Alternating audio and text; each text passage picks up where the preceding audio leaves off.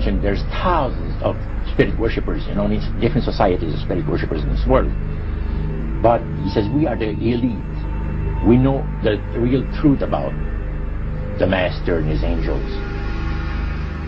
The Master's grain plane for harvesting the nations, for harvesting the multitudes of the earth into his cause, just before the close of the great controversy between the forces of good and evil.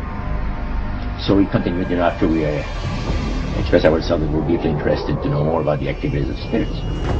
And he said it's going to be done in a unique manner.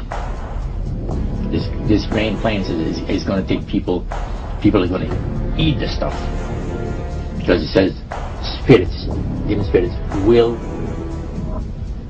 declare themselves to be inhabitants of far distant planets in the galaxies that are coming to warn the inhabitants of planet Earth of the impending destruction of the planet, unless something seriously proper is done to avoid it.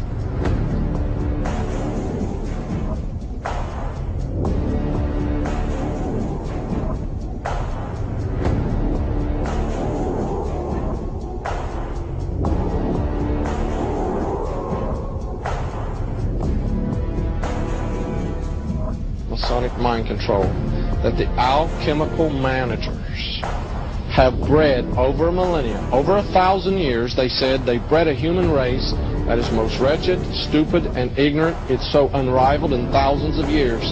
He said these blind slaves say they are free and highly educated, even as they march behind, notice this word, signs. Have you ever taken time to analyze a sign or a billboard or a logo? He says a medieval peasant would have run away in panic-stricken terror from the signs that modern man embraces.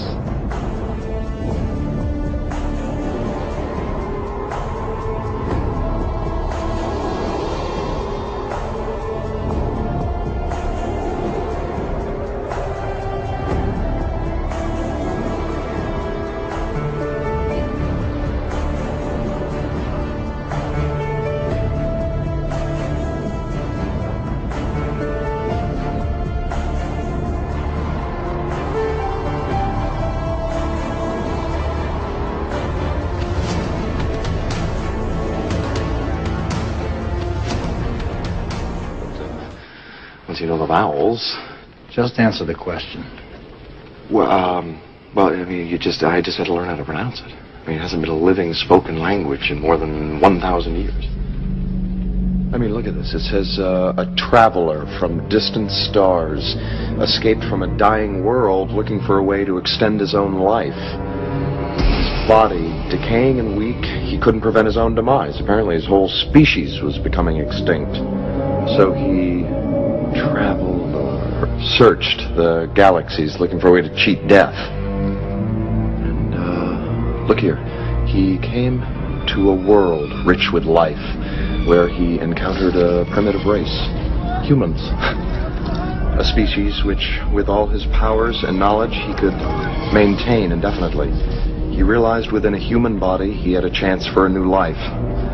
Now, he apparently found a young boy. It says, as the frightened villagers ran, night became day.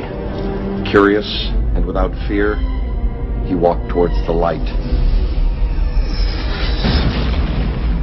Ra took him and possessed his body like some kind of a parasite looking for a host. And inhabiting this human form, he appointed himself ruler. He used the Stargate to bring thousands of people here to this planet as workers for the mines, just like the one we saw. This mineral is clearly the building block of all his technology. With this, he can sustain eternal life.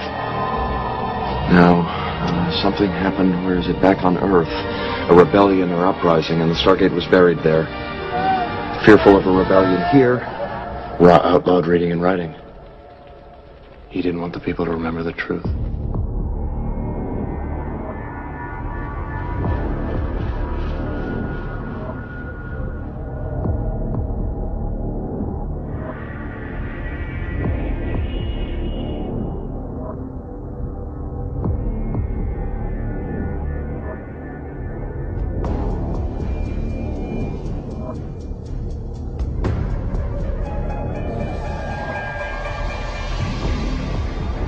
point did this demon worship start to affect you personally, Roger? Well, it wasn't too long that the priest mentioned to us that the time had arrived for us to start trusting the spirits and give the spirits a chance to work for us. And there was a number of gifts that you could choose from. See?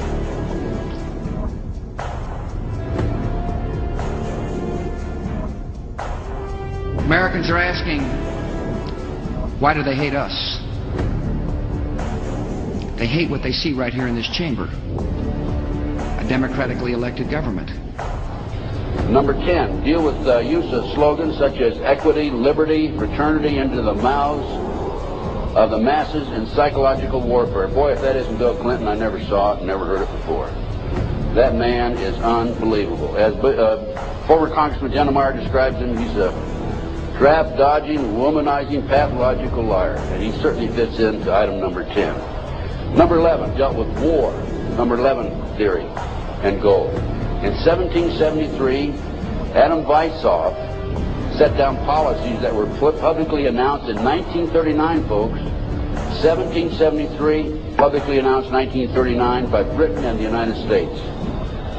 And the war should be directed so that the nations on both sides are placed further in debt and peace conferences conducted so neither combatants obtain territorial rights. Yalta.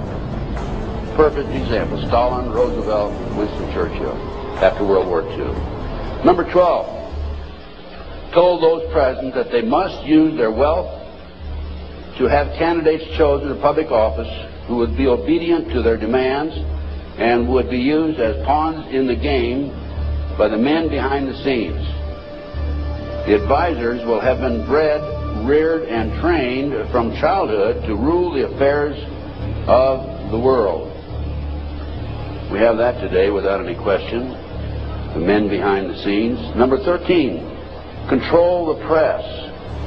If you heard my lecture yesterday on Oklahoma City, I documented that the mainstream media is being controlled by the big power people, by the phony politicians, by the bureaucrats, without any question about it. Now a question. What have Herbert Hoover, Art Linkletter, Jack London, and Richard Nixon all had in common? Well, they've all been members of the exclusive all-male Bohemian Club in California, where every year at this time the elite from around the country get together for 2.5 weeks of fun and games. Among its members are businessmen like Leonard Firestone and Edgar Kaiser, and political figures like Gerald Ford, Henry Kissinger, William French Smith, and George Shultz. President Reagan, Vice President Bush, and Defense Secretary Weinberger are members of other camps.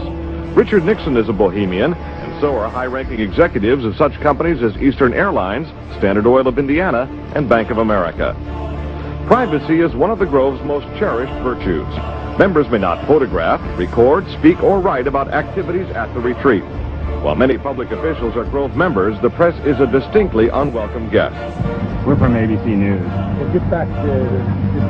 Can we talk to somebody in there? Get back there.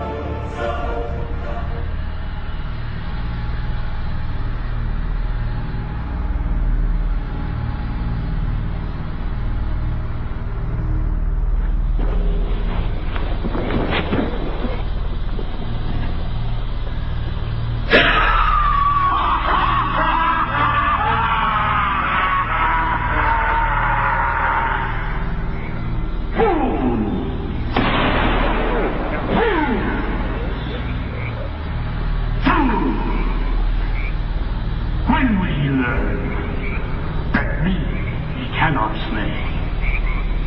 Year after year he burned me in this room, lifting your puny shouts of triumph to the stars. Lifting your puny shouts of triumph.